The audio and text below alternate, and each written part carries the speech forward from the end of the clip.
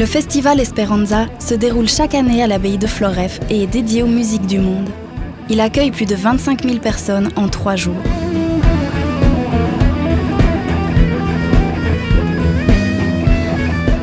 Les porteurs du projet, regroupés au sein de la SBLZ, les Amis d'Esperanza, ont voulu faire de leur festival un événement centré sur le développement durable. En fait, on travaille tous ensemble, c'est une équipe et on réfléchit tous ensemble.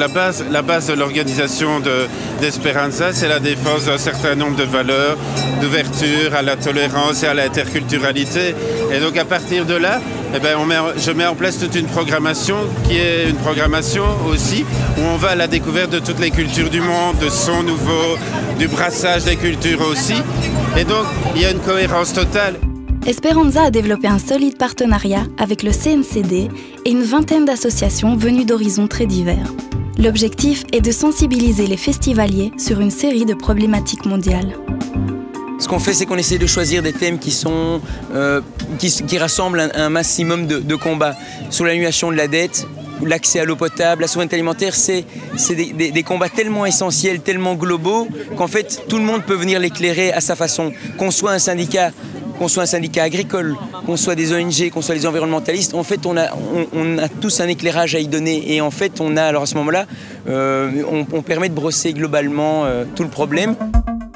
Dans le même esprit, c'est le Crédal, une coopérative de crédit alternatif qui assure depuis 5 ans le rôle de banquier et de gestionnaire financier du festival. On a commencé comme ça à préfinancer le festival de 2003. Et puis ça s'était tellement bien passé, on trouvait qu'il y avait des choses très très proches par rapport à nos options à nous, surtout au niveau de la thématique, qu'on s'est dit qu'on pouvait peut-être aller un peu plus loin. Et alors l'année suivante, on a lancé la monnaie Crédal, qui est en fait les tickets boissons en fait sont des Crédal. Oxfam est également partenaire. Cette organisation fait découvrir et fournit aux festivaliers des produits issus du commerce équitable et du commerce local. Depuis le début, l'impact du festival sur l'environnement est intégré aux préoccupations des organisateurs. On essaye de trier davantage et jusque l'année passée, on avait différents pôles, mais en tout cas, on évacuait de manière différente et sélective le bois qui était recyclé via le BEP. On évacuait de manière différente les huiles usagées, le plastique, le carton, le verre, et ensuite il y avait tous les déchets, ça c'était le tout venant qui lui va dans les centres de déchetterie. Et par rapport au principe des toilettes, cette année-ci on avait envie d'aller vers les toilettes sèches. On y pense depuis longtemps, ça se fait déjà dans quelques festivals en France, là on a des contacts, et on ne sait pas encore si on va aller de 3 à 5 ou 7 toilettes sèches qu'on mettrait notamment ici en bas, pas loin du village des enfants, parce qu'il y aurait tout un travail de sensibilisation aussi.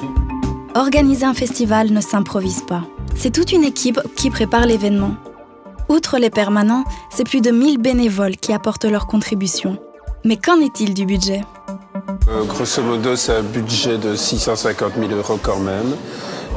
Et dans ces 650 000 €, il faut compter qu'il y a 80% des revenus qui viennent directement des festivaliers. Donc c'est vraiment un festival qui vit grâce aux festivaliers. Plusieurs partenaires privés et publics complètent ce budget. Donc on a des partenaires publics qui ont accentué leur partenariat avec Esperanza. C'est la DGCD, qui est un financeur important du festival parce qu'ils reconnaissent vraiment le travail de sensibilisation qu'on fait par rapport aux problématiques du Sud. Donc il y a vraiment une grande proximité avec la DGCD. Et à la communauté française qui est en passe de nous reconnaître via une convention pour 4 ans. Et on est aussi aidé par la région wallonne. Il y a des milliers de rêves qui gravitent autour de ce festival. Un d'eux a même conduit les organisateurs au Burkina Faso. Oui, il y a un rêve fou, c'est un peu initié par ce qu'on fait depuis 2 ans, notamment dans notre projet avec le Burkina Faso. Il y a des partenariats qui se sont créés avec ce pays. Et le rêve fou, c'est d'organiser un Esperanza en Afrique. C'est ce foisonnement d'approches, toute tournée vers le futur, qui fait de ce festival un véritable moteur de développement durable.